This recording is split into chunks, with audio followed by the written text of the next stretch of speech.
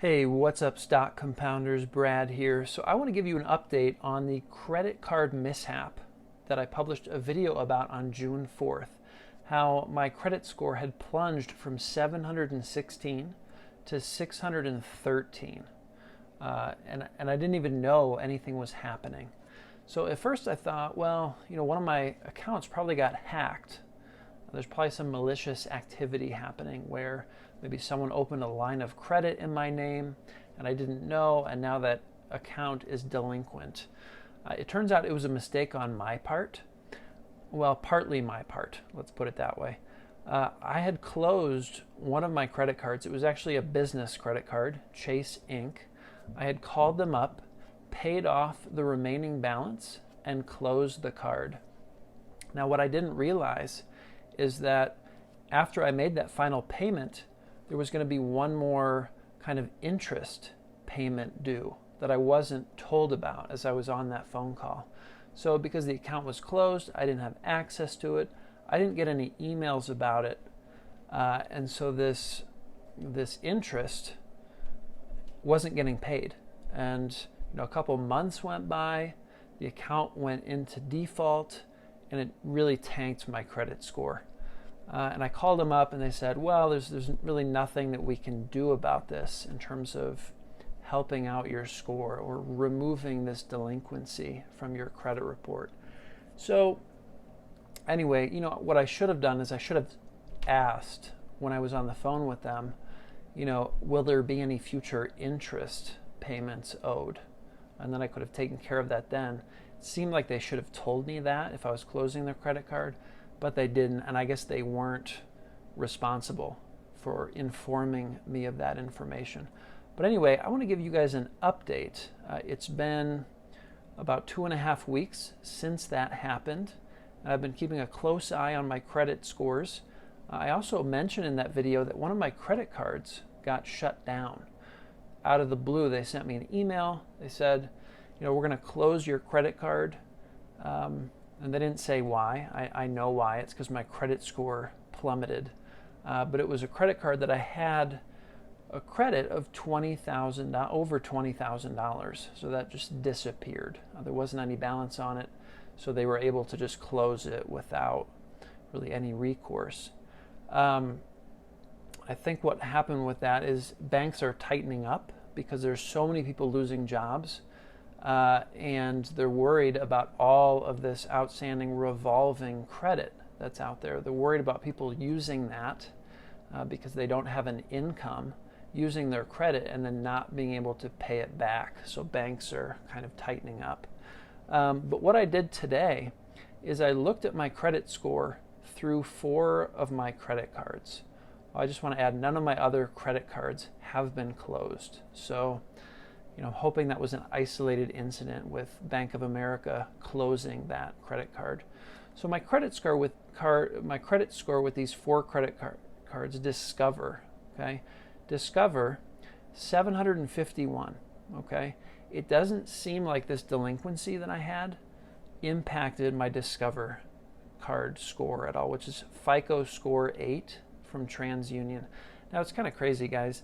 There's so many different kind of FICO score systems. So, just because you get your credit score number, you can't really compare it to other people's credit score numbers because, you can get scores from 3 different credit bureaus, TransUnion, Equifax, and I'm not thinking of the other one right now. I didn't get any from the other one, but there's 3 different credit rating agencies. And then there's even different scales for credit score. Some of the numbers I got go up to 850, some go up to 900. So it's really confusing to try to compare them. And for each of my credit cards, I get a different kind of score back. Not different score in the number, but a different system used to calculate that score. But anyway, from my Discover card, that was based on TransUnion, 751, which is considered very good in terms of credit score. With my Citi card, that was from Equifax, 753, okay, which is considered very good. Now Chase was the bank that I had the delinquency with. It was a Chase business card, Chase Inc.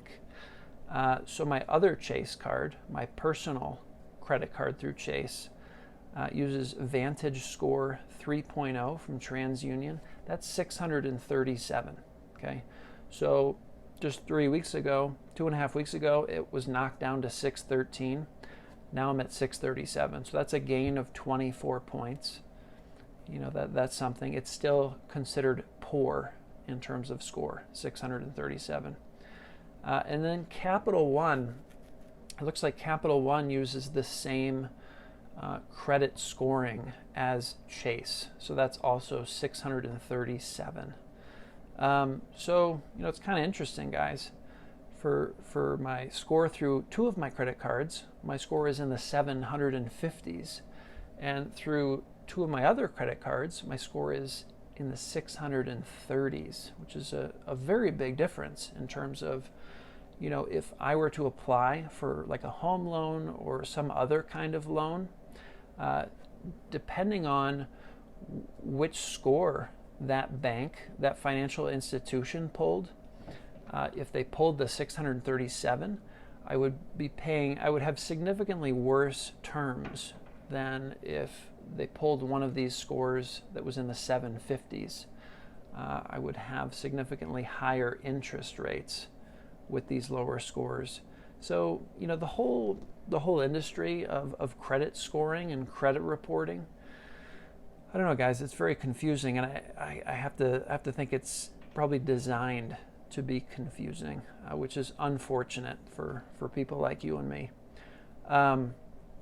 But you know, that's really the update. I was surprised my business card actually affected any of my credit scores, because in order to apply for that business credit card, I used an employee identification number. I didn't use my social security number. So I was kind of under the impression that if something were to happen ever with that business card, it wouldn't affect my credit personally. But clearly I was wrong about that. So yeah, my like I said, my scores are slowly climbing back. 24 points I've gained in just the last couple weeks. I think it's going to be a pretty quick recovery on, you know, those two TransUnion scores that are really lagging.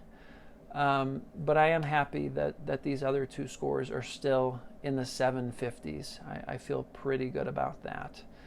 So, you know, not the worst thing in the world. I haven't gotten any other emails that additional credit cards will be closed down, and I don't anticipate getting any emails or messages related to that. So, you know, for now, it seems like, you know, it kind of did minimal damage. It was definitely a learning lesson. When you're closing a credit card, make sure it's fully paid off, even if, you know, if it's been accruing some interest, and there's going to be interest owed on the next payment period. Make sure you settle all of that up front so you don't have any issues down the road. But that's all I got, guys. My credit score is slowly rebounding, and I'm feeling good about it. So it seems like I was able to avert a potential kind of wound that lasted a while. Fortunately, it seems like it's going to heal up pretty quickly here. Anyway, guys, thanks for watching, and I will see you in the next video. Take care.